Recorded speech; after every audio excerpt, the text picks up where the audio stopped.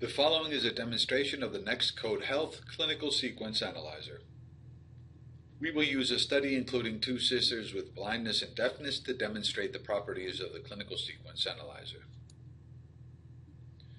In the study overview, we begin by looking at the study subjects. For each study, one index case is chosen, often the first affected or the most representative case in the study. Others in the study are identified by their affection status and relationship to the index case. The study setup includes description of the phenotype. In this box, you can add phenotype signs and symptoms in order to generate gene lists that include known genes. Adding blindness adds a list of 61 genes. You can add your favorite genes by hand in the candidate genes.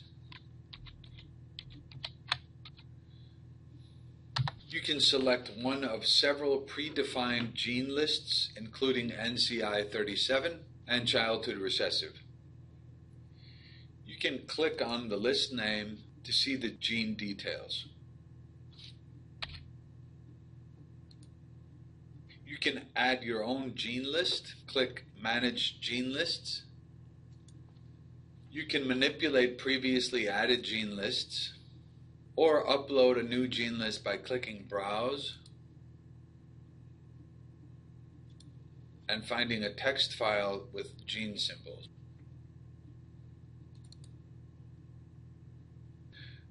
The gene list I uploaded is now available under User-Defined Gene Lists.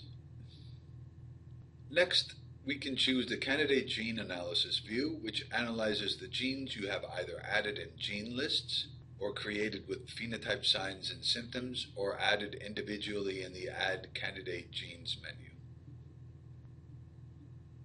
In this case, we have 3 candidates, but if we had many more than that, we might decide to filter the results. Filtering the results uses the frequency information. We will keep it at maximum 1%. Minimum read depth, we'll keep it at 10. We're only interested in exonic variants. We believe this is an autosomal recessive inheritance or compound heterozygote. We're interested in variant effect predictor consequences of high and moderate.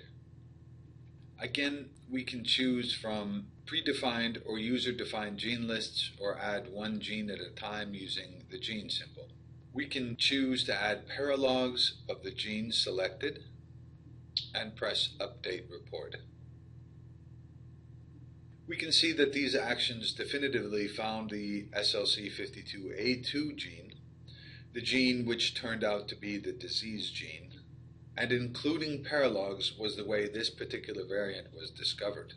There are other ways you can go about finding the same variant in the Clinical Sequence Analyzer. Next, we can go to the Known Disease Variants view.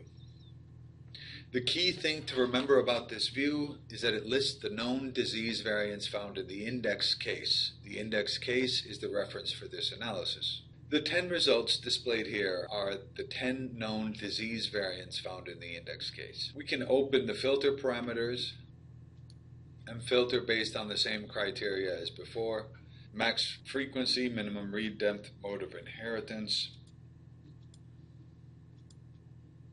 and variant effect predictor consequences. You can select or deselect 6 different HGMD variant types you are interested in.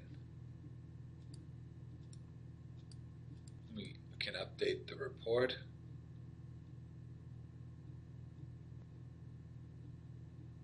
This query returned no results, so we would move on.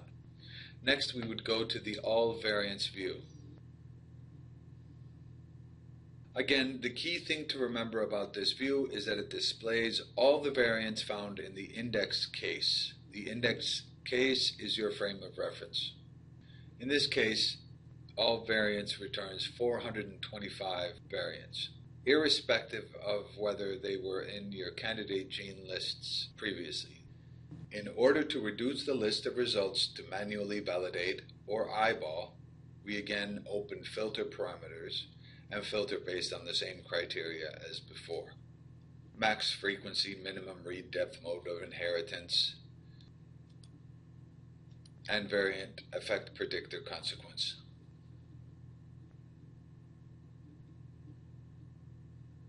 This time when we update the report, the list has been reduced to 2 variants, including the variant we know is the disease gene in this case. You can open the vertical view to get additional information. For the non-disease gene, we can open the vertical view and see that the mother has a call inconsistent with the index case at this position. In this case, none at all.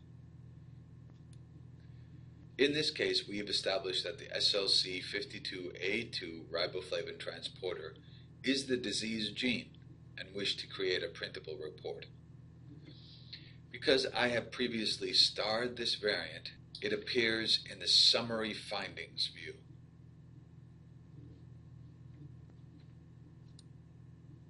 I can choose to display any of 150 columns in the report.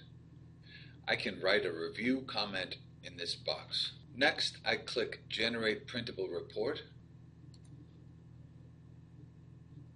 This document summarizes the result in a concise manner. Thank you.